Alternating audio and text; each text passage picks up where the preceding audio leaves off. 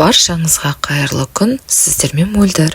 Бүгін сіздерге биылғы жылдың хит пирогы тары қосылған пирогтың рецептісімен бөлісетін боламын.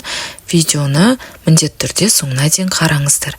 Ең алдымен жуып тазаланған тарымызға ыстық сүтімізді құйып бұқтырып қоямыз. Қамырын дайындаймыз. Илектен өткізген ұнымызға қопсытқышымызды саламыз. Бөлме температурасындағы сары майымызды қосып, кружки дайындаймыз. Қантымызды қосамыз, араластырамыз. Жұмыртқа салып, барлығын илеп, араластырып, жұмсақ қамыр илейміз. Қамырымызды 20-25 минутқа қойып қоямыз. Осы аралықта салмасын дайындаймыз.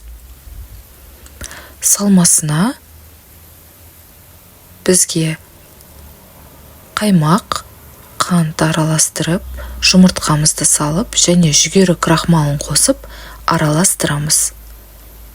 Жақсылап араласқан салмамызға бұқтырып қойған тарымызды қосамыз. Егер сүті көбірек болса, сүтін алып тастау қажет. Бір келкі масса дайындаймыз. Қамырымыз 20-25 минуттай тұрды. Өзіңізге ыңғайлы формаға жайып алып, салмасын қойып, қызып тұрған 180 градус пеште 30-35 минут пісіріп аламыз. Піскен пирогымызды толықтай суытамыз. Суыған соң кессеңіздер, пирог енді өте әдемі, дәмді болып шығады. Тары жемейтіндер міндетті түрде осы пирогты жеп қоятынына кепілдік беремін. Менің жолдасыма өте қатты ұнаған пирогтардың бірі.